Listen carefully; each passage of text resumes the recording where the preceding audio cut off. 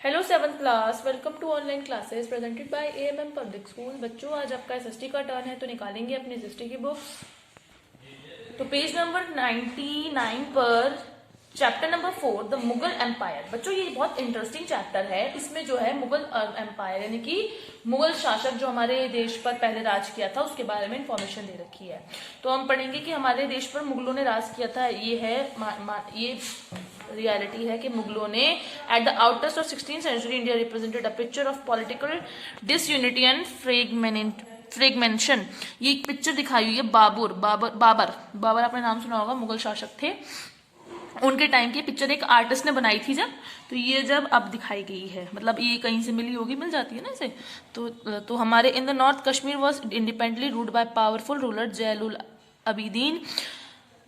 कश्मीर की तरफ जो नॉर्थ था, कश्मीर नॉर्थ, वहां पर जैन उल अबीदीन। नॉर्थ वेस्ट में Marwar became independent under Maharaja Jodha. Mewar was under two very strong and powerful rulers, Rana Kumbha and Rana Sanga.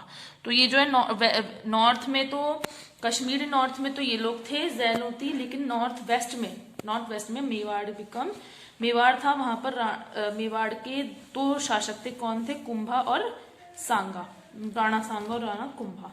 तो इसमें हम आपको अब मुगल शासक के बारे में पढ़ाएंगे। बच्चों, पहला शासक था बाबर जी के पिता का नाम था जहर उद दीन, जो कि एक बहुत, जब बाबर छोटे थे ना, जब भी वो परलोक यानी कि मर गए थे, खत्म हो गए थे, जब बाबर केवल 11 ईयर्स ओल्ड थे। तो बाबर को उनके जो शत्रु थे वो चाहते थे कि इसका सारा पैसा हम लूट लें, लेकिन जो बाबर थे वो बहुत होशियार थे। वो कबूल चले गए, वहां पे वो एक रूलर बने, मतलब एक शासक बने, in order to expand his empire, ताकि अपने साम्राज्य को बढ़ा सकें and strengthen his position in central Asia, और अपनी पहचान बना सके। इन्होंने एक बैटल करी, पहली बैटल पानीपत का युद्ध। सुना आपने पानीपत का युद्ध? वो इनके बाबर के और इब्राहिम लोदी के बीच हुआ था, जिसमें कि बाबर जीत गए थे। With this Babur had complete control over north India. भी नॉर्थ इंडिया पर इनका पूरा कंप्लीट कंट्रोल आ गया था। बच्चों, बाबर के बेटे थे हुमायूं। कहा जाता है कि एक बार हुमायूं की तबीयत बहुत ज्यादा खराब हो गई थी, तो इन्होंने भगवान जी से प्रे करी, उनके बेड के बराबर में बैठकर, कि आप चाहो तो मेरे प्राण ले लो, लेकिन मेरे बच्चे को बचा दो। तो यही हुआ था कि जैसे जैसे वो अपनी आंखें बंद करते चले गए ना बाबर, वैसे वैसे हुमायूं की आंखें खुलती चली गई और हुमायूं ठीक हो गया। अब ये हुमायूं कौन थे? हुमायूं थे सेकंड। पहले बाबर थे, पहले शासक बाबर थे मुगल के, अब दूसरे आए Humayun. Humayun was the second Mughal emperor of India. Mughal यानी कि मोमडन मुस्लिम एम्पर जो थे इंडिया थे। Humayun divided his inheritance according to the will of his father.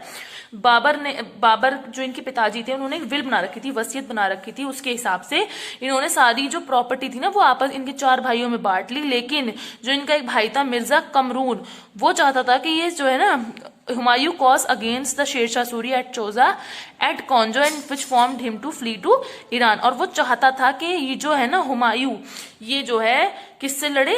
Sher Shah Suri से लड़ेंगे, जो कि चौसा में रहते हैं और कन्नौज में जो है उनसे लड़े और उनका शासक ले ले। हुमायूं जो थे ऐसे उनसे लड़ने गए, मतलब जैसे कि लड़ाई तो होती थी पहले राजा महाराजाओं में कि एक लड़ते थे ताकि दूसरे को शासक दूसरे के हाथ में आ जाए।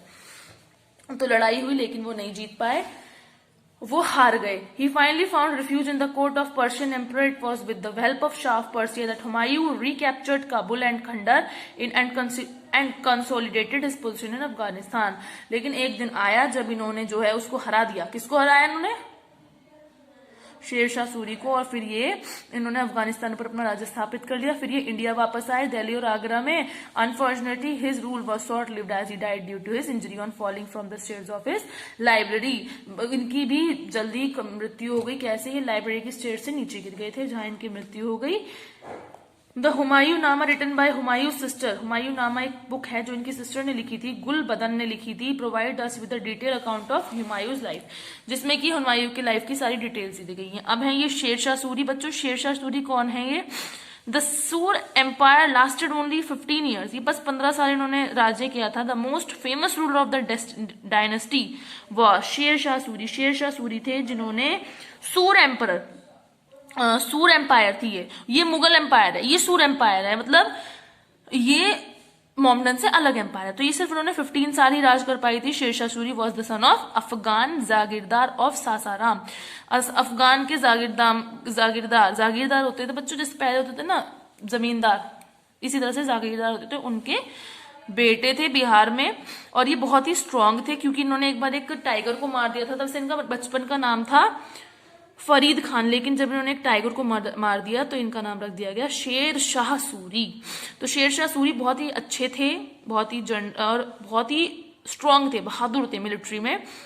बच्चों राजा महाराजा होती स्ट्रांग थे, अब तो लोग इतने स्ट्रांग नहीं होते, इतने पहले लोग होते थे। पहले आपको पता है कितने लोग मरते थे, वो होती थी फाइट्स होती थी, तो राजा महाराजा डरते नहीं थे, बहुत ज्यादा पावरफुल, अपने आप को हमेशा हिम्मतदार रखते थे, क्योंकि अगर वो हिम्मत में थे तो उनकी प्रजा भी हिम्मतदार रहती थी। अब आते हैं अकबर द ग्रेटेस्ट मुगल। बच्चों जब हम मुगल एम्पायर के बारे में पढ़ते हैं ना, तो इतना बाबर के बारे में नहीं जानेंगे, इतना हुमायूं के बारे में नहीं जानेंगे और भी हैं, जैसे कि शाहजहां, जहांगीर और औरंगजेब। अकबर ने मुगल एम्पायर में एक अपनी छाप छोड़ी हुई है। क्यों? क्योंकि बच्चों अकबर जो किसके बेटे थे? हुमायूं की जो डेथ थी वो जल्दी हो गई थी, तो ये भी बेचारे जब 13 साल के थे जब इनके पिताजी खत्म हुए, तो इनके फादर के एक दोस्त थे बैरम खां, तो उन्होंने इनका रख रखाव किया, उन्होंने इनको सब चीज सिखाई, राजा बनने की तकनीक सिखाई, जब इनको राजा बनाया गया। तो बच्चों अकबर का नाम हमेशा मुगल एम्पायर में सबसे ज्यादा सुनने को मिलेगा। क्यों? क्योंकि अकबर जो थे ना बच्चों, इन्होंने क्या किया, इन्होंने कभी किसी धर्म में भेदभाव नहीं किया, इन्होंने हिंदू और मुसलमान को समान समानता दी। ये नहीं कि अगर वो हिंदू था तो उसको जो है इन्होंने नॉन टचेबल की ये उसके साथ कुछ गलत व्यवहार किया, नहीं, उन्होंने दोनों को समान अधिकार दिए। उन्होंने एक धर्म कर दिया दीन इलाही, मतलब हर धर्म में भगवान है, उन्होंने हर किसी को भगवान का ही वो दिया। वो तो होता ही है कि भगवान एक होते हैं, नाम अनेक होते हैं, कहते हैं ना ईश्वर अल्लाह वाहे गुरु चाहे कहो श्री राम, मालिक सबका एक है, अलग अलग है नाम, सब एक होते हैं। तो बच्चों इन्होंने जो है, इनकी शादी भी हुई थी जोधाबाई से, आप जानते हैं एक सीरियल भी आया था जोधा अकबर, अगर आपने देखा हो, तो उसमें जोधाबाई से इनकी शादी हुई थी और इनका एक बेटा हुआ था सलीम, जिसका नाम जहांगीर, जो कि इनसे आगे जाके शासक बना। तो बच्चों इनकी एक आदत, इनका नाम क्यों ले जाता है? क्योंकि इन्होंने हमेशा फ्रेंडशिप, एक भाईचारा रखा सबसे, चाहे वो राजपूत हो, यानी कि जो हिंदू थे, पहले जो राजा होते थे उनको राजपूत जो थे वो राजा बनते थे ना, तो इन्होंने सबसे अच्छा व्यवहार करा। इनका ये नहीं था कि हिंदू है तो अलग और मुस्लिम है तो इनको गलत तरीके से ट्रीट किया, नॉट ऐसा कुछ नहीं। अब आते हैं जहांगीर। जब अकबर की डेथ होगी तो इनके बेटे जहांगीर जी थे वो गद्दी पर बैठे। जहांगीर का विवाह हुआ था नूर जहां से, रिलेशन विद यूरोपियंस। अब इनका जो है बच्चों, इन्होंने बाहर विदेशों से भी अपना संबंध बनाए रखा जहांगीर ने। तो जब जहांगीर थे तो विलियम हॉकिंस और सर थॉमस रॉय ये जो है इंडिया में आए, यहाँ का जेम्स फर्स्ट ऑफ इंग्लैंड, जब वहां के राजा जेम्स थे। अब जहांगीर के बेटे थे शाहजहां। बच्चों शाहजहां का नाम भी आपने हिस्ट्री में कई बार सुना होगा, क्योंकि शाहजहां ने ही क्या बनवाया था? ताजमहल। कहा जाता है, कहा नहीं जाता, ये रियलिटी है कि ताजमहल तो ये व्हाइट बना, इसके सामने ही काला ताजमहल बनता, लेकिन क्योंकि इनके बेटे ने ही औरंगजेब ने ही इनको कैद कर दिया। बताओ बच्चों ये शाहजहां ने क्यों बनवाया था ताजमहल? अपनी वाइफ मुमताज महल की याद में, तो इन्होंने उसका नाम ताजमहल रख दिया। अब जो है औरंगजेब ने इन्हें कैद कर दिया और इस वजह से ही सामने वो बनवा नहीं पाए औरंगजेब, क्योंकि ना बच्चों अब जो है ना मुगल एम्पायर में सबने अच्छा काम किया, मतलब अकबर ने बहुत अच्छा काम किया, शाहजहां और जहांगीर भी अच्छे थे, लेकिन जो ये औरंगजेब थे ये इनके शासक का अंत कर दिया इन्होंने। क्यों? क्योंकि अब देखिए ये जो थे कट्टर मुस्लिम थे, मतलब इन्होंने जो है ना तो हिंदू से दोस्ती नहीं भाई, इन्होंने सबसे लड़ाइयां करी, इन्होंने सोचा, इन्होंने जो पंजाबी होते हैं उनसे लड़ाइयां करी। औरंगजेब चाहते थे कि सिर्फ मुस्लिम धर्म फैल जाए और हिंदू धर्म ना रहे, यही चाहते थे। तो इन्होंने इस चीज के चक्कर में इनसे सबसे दुश्मनी तो चली गई, जैसे जैसे इनकी दुश्मनी बढ़ती गई लोग इनके खिलाफ होते चले गए, और उसके बाद इनका जो यही लास्ट शासक है बच्चों मुगल एम्पायर के, इनका पतन हो गया, इनको मार दिया गया लड़ाइयों में। After his death Aurangzeb was the last of great Mughals. क्योंकि बच्चों एक जैसे कि अकबर का नाम मैंने आपको क्यों बताया, क्योंकि अकबर ने कभी किसी में भेदभाव नहीं किया, लेकिन औरंगजेब थे, इन्होंने कहा कि नहीं भाई बस एक मुस्लिम धर्म है और कोई धर्म है ही नहीं, इन्होंने मुस्लिम धर्म को मान्यता दी और सबसे इनकी लड़ाइयां होती चलेगी और अंत में ही वॉज नो मोर और मुस्लिम धर्म का पतन हो गया। मतलब मुस्लिम धर्म का पतन नहीं हुआ, मुस्लिम एम्पायर यानी कि मुगल शासक का पतन हो गया, लास्ट है ये। अब आते हैं उसके बाद, वैसे भी बच्चों हमारे देश पर पूरी तरह से ब्रिटिश ने कब्जा कर लिया था, फूट डाल दी थी उन्होंने तो वैसे ही, और ये मुस्लिम हिंदू की अलग फूट डल गई और ब्रिटिश हमारे देश में आए, इन्होंने सब कुछ तो पता ही है आपको, फिर ब्रिटिश आ गए थे।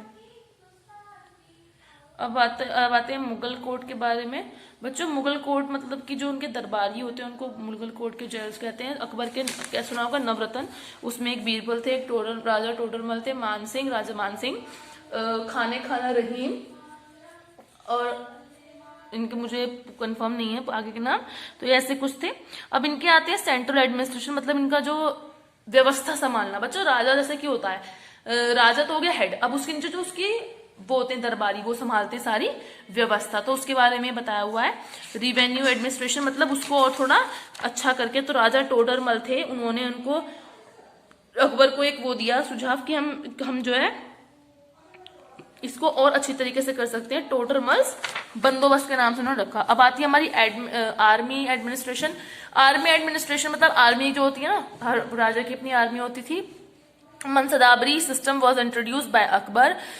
मनसदाबरी सिस्टम था जो अकबर द्वारा इंट्रोड्यूस किया गया था। इसके हिसाब से individual who holds a mansab that is position और rank in the official hierarchy although have joined Mughal services were enrolled as mansabdars. मतलब कि इस मनसाबदारी सिस्टम का मतलब ये था कि हर किसी को एक पोस्ट में रखा जाएगा, तो उसका एक ग्रुप अलग से कर दिया जाएगा। The term refer to an individual who hold a mansab that is a position और mark in the official hierarchy, मतलब उसके एक मार्क दे दिया जाएगा। All who those joined Mughal services were enrolled as mansabdars. अब हम इसके क्वेश्चन आंसर करेंगे। देखिए इसकी वर्ड एक्सरसाइज वर्क है। William Hawkins, Raja Todarmal, Ibrahim Lodi and Todermal's Bandobast, matching 3, 4, 2, 1. Question number 1, name the rulers who invited Babur to defeat Ibrahim Lodi. It's Daulat Ram and Maharana Sanga. Why did Humayun have to flee from his kingdom? Did he return? Page number 100. It's start from Humayun up to Iran, sorry. And yes, he returned. Name the British visitor sent by King James to the court of Jahangir. William Hawkins. The British visitor sent by King James to the court of Jahangir. Simple. Name what is the Mansabdari system. Page number 106. Mansabdari system is up to Mansabdars. Explain the main achievements of Sher Shah Suri. Page number 101. Here's the paragraph of achievements. You have to do this whole paragraph. Okay. When and what were Akbar's conquest? Page number 100. Sorry, it's 101. Start from military conquests after to entire India. Okay. It's 101. Explain Jahangir's region from 16 till 1627. It's on page number 102. Jahangir, start from Jahangir and end up to Tuzuk-e-Jahangiri. Aurangzeb was the vital in the decline of the Mughals. Comment. Page number 107. Aurangzeb's character. This starts from here, Aurangzeb up to later Mughals. So this chapter is completed. Do this work in your copy. And okay, bye. Have a good day. Thank you, bachcho.